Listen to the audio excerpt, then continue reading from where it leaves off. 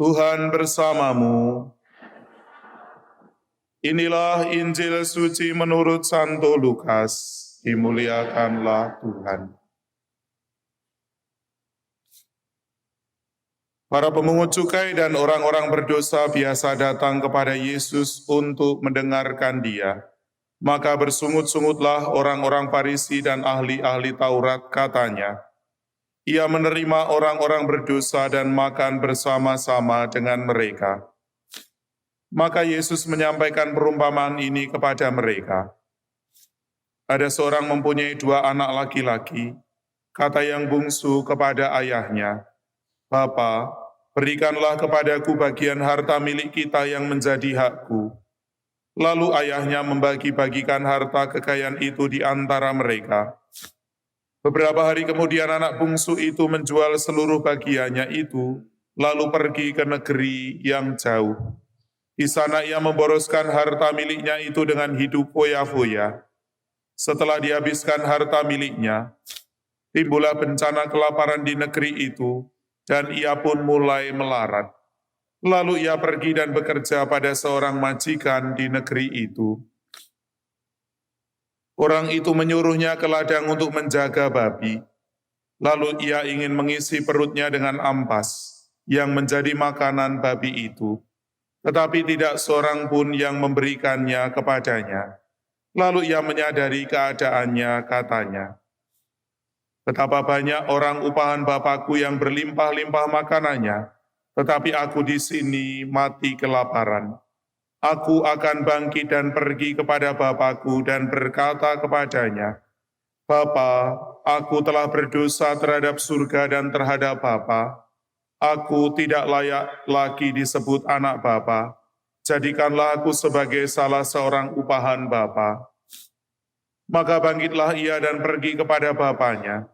Ketika ia masih jauh, ayahnya telah melihat dia, lalu tergeraklah hatinya oleh belas kasihan. Ayah itu berlari mendapatkan dia, lalu merangkul dan mencium dia. Kata anak itu kepadanya, Bapa, aku telah berdosa terhadap surga dan terhadap Bapa. Aku tidak layak lagi disebut anak Bapa. Tetapi ayah itu berkata kepada hamba-hambanya, lekaslah bawa kemari jubah yang terbaik dan pakaikanlah kepadanya. Kenakanlah cincin pada jarinya dan sepatu pada kakinya. Dan ambillah anak lembu tambun itu, sembelihlah dia dan marilah kita makan dan bersuka cita. Sebab anakku ini telah mati dan menjadi hidup kembali. Ia telah hilang dan didapat kembali. Maka mulailah mereka bersukaria. Tetapi anaknya yang sulung sedang berada di ladang. Ketika ia pulang dan dekat ke rumah, ia mendengar bunyi seruling dan nyanyian tari-tarian. Lalu ia memanggil salah seorang hamba dan bertanya kepadanya, apa arti semuanya itu? Jawab hamba itu, adikmu telah kembali dan ayahmu telah menyembelih anak lembu tambun, karena ia mendapatkan kembali anak itu dengan selamat. Maka marahlah anak sulung itu dan ia tidak mau masuk rumah. Lalu ayahnya keluar dan berbicara dengan dia, tetapi ia menjawab ayahnya, katanya, telah bertahun-tahun aku melayani Bapa, dan belum pernah aku melanggar perintah Bapa. Tetapi kepadaku belum pernah Bapa memberikan seekor anak kambing pun untuk bersuka cita dengan sahabat-sahabatku. Tetapi baru saja datang anak Bapa yang telah memboroskan harta kekayaan. Bersama dengan pelacur-pelacur, maka Bapa menyembelih anak lembu tambun itu untuk dia. Kata ayahnya kepadanya, anakku, engkau selalu bersama-sama dengan aku, dan segala kepunyaanku adalah kepunyaanmu. Kita patut bersuka cita dan bergembira, karena adikmu telah mati dan ia menjadi hidup kembali. Ia telah hilang dan didapat kembali. Demikianlah sabda Tuhan. Terpujilah Kristus. Ibu bapak, saudara-saudari, Mbah Kakung, Mbah Putri, kaum muda dan adik-adik sekalian yang terkasih, bacaan yang kita dengarkan pada hari ini mempunyai tekanan tentang bagaimana Allah Maha Rahim. Allah mengampuni segala dosa dan kesalahan manusia. Dan terlebih bacaan Injil kisah anak yang hilang saya rasa familiar untuk permenungan kita. Seringkali kita dengarkan, bahkan juga beberapa kali didramakan dalam kesempatan-kesempatan khusus atau tertentu. Perkaranya bukan tentang bagaimana anak-anak itu, tetapi diceritakan bagaimana ayah atau bapak. Bangkitlah bapak dan pergi. Ketika melihat anaknya, lalu tergeraklah hatinya oleh belas kasihan.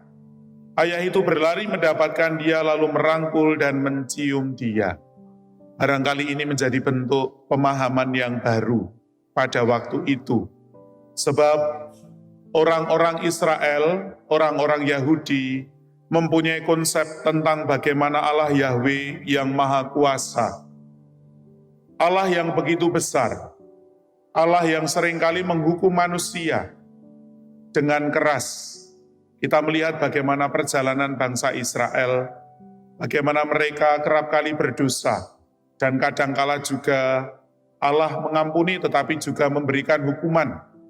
Seringkali Allah itu murka juga, marah, ditampilkan seperti itu dalam perjanjian lama. Tetapi apa yang disampaikan oleh Tuhan Yesus saya kira itu menjadi pemahaman yang baru. Allah yang sebelumnya Maha Kuasa, tidak terjangkau, kadangkala memberikan hukuman, marah, ternyata ditampilkan oleh Tuhan Yesus sebagai Allah yang mengampuni, yang lebih besar kerahimannya ketika manusia itu berkali-kali melakukan dosa. Maka ini menjadi inspirasi bagi kita pada masa pertobatan.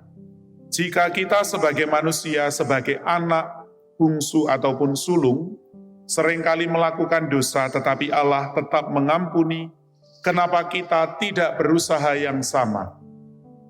Kenapa kita tidak berusaha mencontoh bagaimana belas kasih dan Maha Rahim sifat Allah yang demikian dalam hidup kita? Mari kita hening sejenak dan melanjutkan perayaan ini.